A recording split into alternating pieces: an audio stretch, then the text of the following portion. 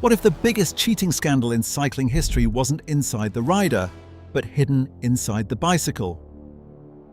For years, cycling searched for drugs. Nobody thought to search inside the bike. During the Tour of Flanders and Paris-Roubaix, Swiss powerhouse Fabian Cancellara delivered accelerations so explosive they looked almost superhuman. But it was a YouTube clip from the Tour de France prologue in Rotterdam that truly lit the spark, gaining over 2 million views. Internet sleuths on popular cycling forums began dissecting the footage frame by frame, pointing to a strange hand movement on his handlebars that resembled a button press. They asked a radical question: was this mechanical doping? Mainstream sports outlets quickly amplified the fan speculation, forcing the UCI to conduct its first ever scans for a hidden motor. Cancellara laughed off the allegations, declaring the engine is me and insisting he never had batteries on his bike. The UCI found no physical evidence, but the seed of doubt was planted. What if the true cheating resided inside the machine itself? Mechanical doping shifted the arena of sports scandals, moving the cheat from the athlete's body directly into the machine. At the center of this hidden motor technology is a system like the Vivax Assist. Weighing under 2 kilograms, this cylindrical motor fits inside the seat tube, completely invisible from the outside.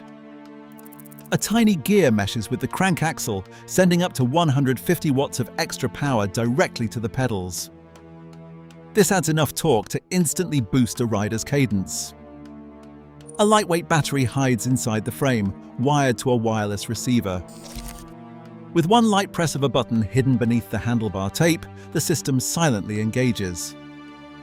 Because this was an engineering threat rather than a biochemical one, traditional anti-doping tests used in professional cycling were completely blind to this technology fraud. The bicycle looked completely ordinary, but it possessed a secret, artificial heart. During a routine inspection of the under-23 women's race, UCI officials swept bikes with a magnetic resonance tablet. Suddenly, the scanner flagged a magnetic anomaly on a spare bike belonging to Belgian competitor Femke van den Driessche. Officials seized the machine. UCI sporting director Jos Smets pulled the seat post and peered down. There, nestled inside the carbon seat tube, was a hidden motor.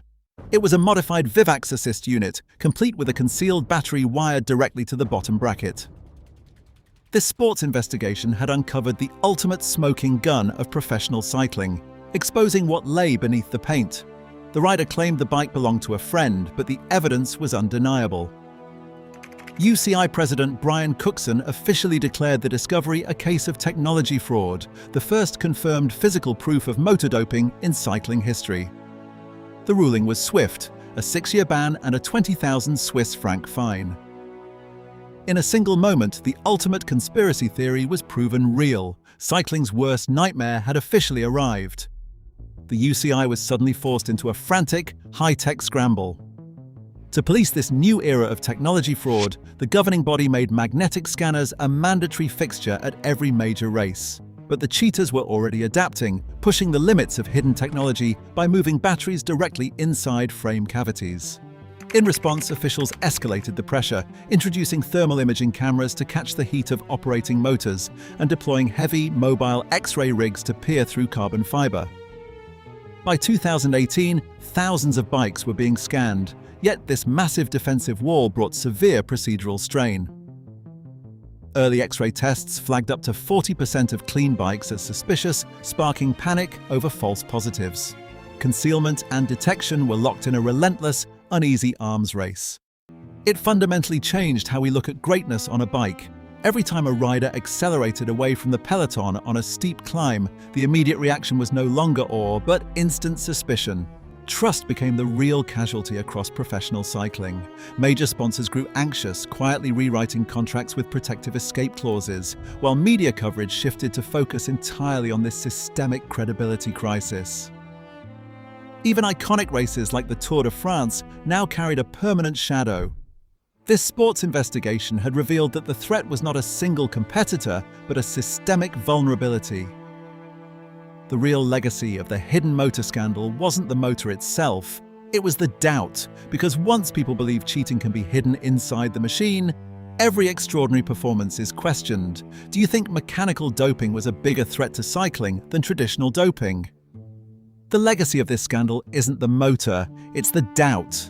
Once cheating hides inside the machine, every performance is questioned.